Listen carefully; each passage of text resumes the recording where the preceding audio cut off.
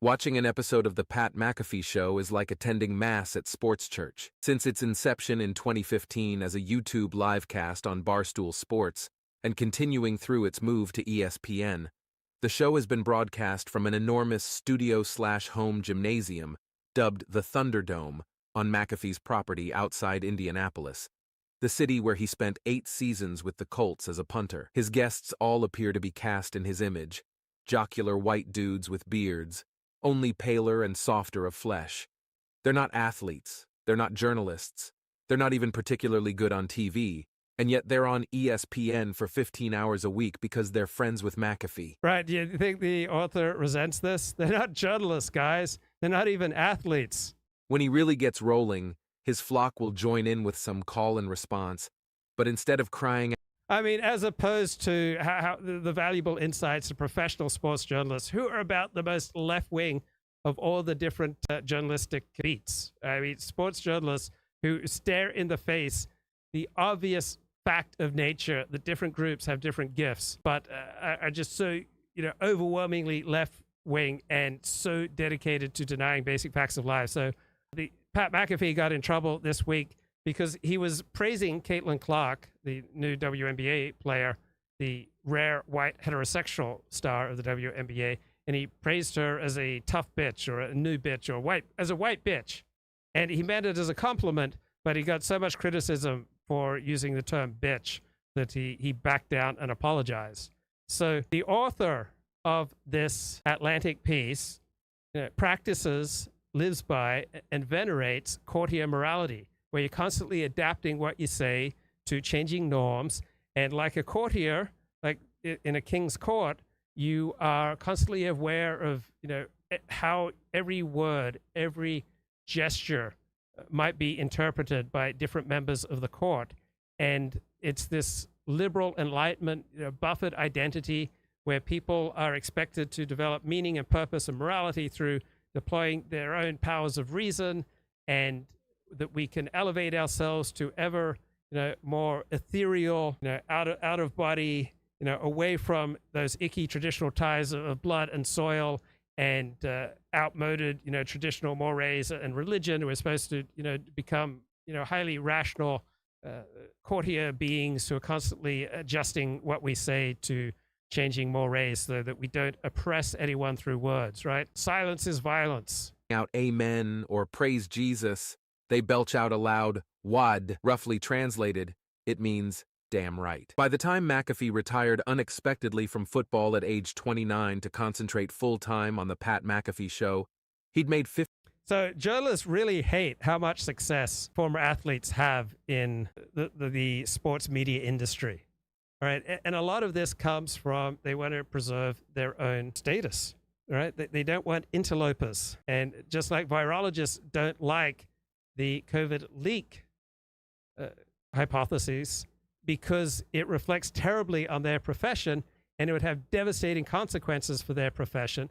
It would make them look terrible, right? If there's a 50% chance that COVID developed as the result of a lab leak, then virologists as a profession have been incredibly careless. They've given us a worldwide pandemic that's killed over 20 million people, and they all essentially closed ranks to protect their profession and to try to minimize the chances that COVID was created by a lab leak. And so it would just become startlingly obvious that this profession does not act in the public interest. Instead, they act in their own interest. They want to do ever more exciting experiments. They want ever more funding, ever more prestige. They don't want to be burdened down by regulation by people who are outside their profession. And so they've got these strong personal, professional status reasons for denying the lab leak. And I'm not taking a side here, right? I'm not siding with the lab leak. I find it fascinating that the experts overwhelmingly say natural origin, and on the other hand, the news media and, of course, the dissident sphere says, no, it's not natural origin, it's most likely the lab leak. $15 million in the NFL, and according to the prevailing wisdom at the time, he was out of his... Does this make sense? Like, do you see the correlations here between the profession of journalism and the profession of virologists? They both want to maintain their privileges, right? They both believe in protocols, and they resent outsiders who don't follow their protocols and who don't bow down to the path that they have trod, right? Whether as journalists or as virologists, they loathe the interlopers on their turf. They want to preserve their own special status, power, money, and enhance it. And they look out with contempt at people who are supplying, very different answers from what the professionals say. His mind to walk away from a job that paid him a fortune to kick a ball 5 or 6 times a game. In the NFL, though, kickers are marginal figures who get the spotlight only when they screw up. On the Pat McAfee show, he's the Pope.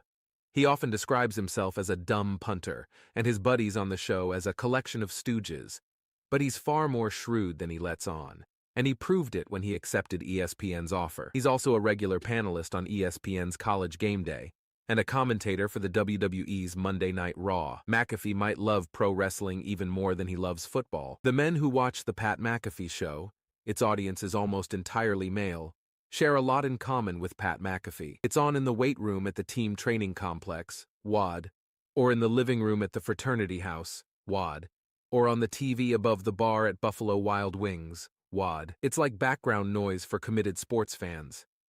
Okay, let me fast forward and let's get to his contempt for Pat McAfee having Aaron Rodgers on. He chalked it up to shit talk gone awry. Whoops. Later, wrong. let his buddy use his shared on McAfee's show a slit, and he expressed surprise afterward that anyone expected him to, urging 2020 indulgence. Okay. Is that who we're talking about? Because those are people who could technically be described as my boss. No relationship, though, better crystallizes the growing enmity between McAfee and ESPN's news division than his continued indulgence of his good friend, the New York Jets quarterback, defiant anti-vaxxer, ayahuasca enthusiast, and, for a brief moment... So it's kind of interesting that now the dominant journalistic position is that you should not interview or do anything to platform anti-vaxxers. You should only present them after you've edited down your interview and shown them in a terrible light. So it used to be in the 1960s, reporters were bringing in new voices to the conversation. But now, since the 1990s, all right, it seems like reporters and the most powerful players in the mainstream media want to reduce the number of voices. Robert F. Kennedy Jr.'s rumored running mate, Aaron Rodgers. On October 23, 2023, during one of his weekly appearances on the Pat McAfee show, Rodgers took a veiled shot at the Kansas City Chiefs tight. Yeah, Glib Medley says, I just learned how much congressmen make. No wonder they are mediocrities. Yeah, I would support paying congressmen 10 times as much. I know that's not popular, but yeah, I'd be down with paying congressmen 10 times as much. The president, certainly 10 times as much. I mean, many of them have to live out of their offices. I mean, it's very, very difficult to run for Congress and to serve in Congress unless you're independently wealthy. So why would we want to restrict our representatives to those who are wealthy? Now, on the other hand, English politicians seem on average to be like 15 points higher in IQ compared to their American counterparts, but they don't do any better job governing. And Travis Kelce, referring to Kelce as Mr. Pfizer, for his participation in an awareness campaign urging people to get vaccinated against COVID. McAfee made sure to note on air that he was vaccinated, an implicit rejection of Rodgers' position, but he didn't challenge his friend about it. And he expressed surprise afterward that anyone expected him to. Yeah, I get that from journalists all the time. They have so much contempt for me that I didn't, quote, challenge, many of my more dissident guests.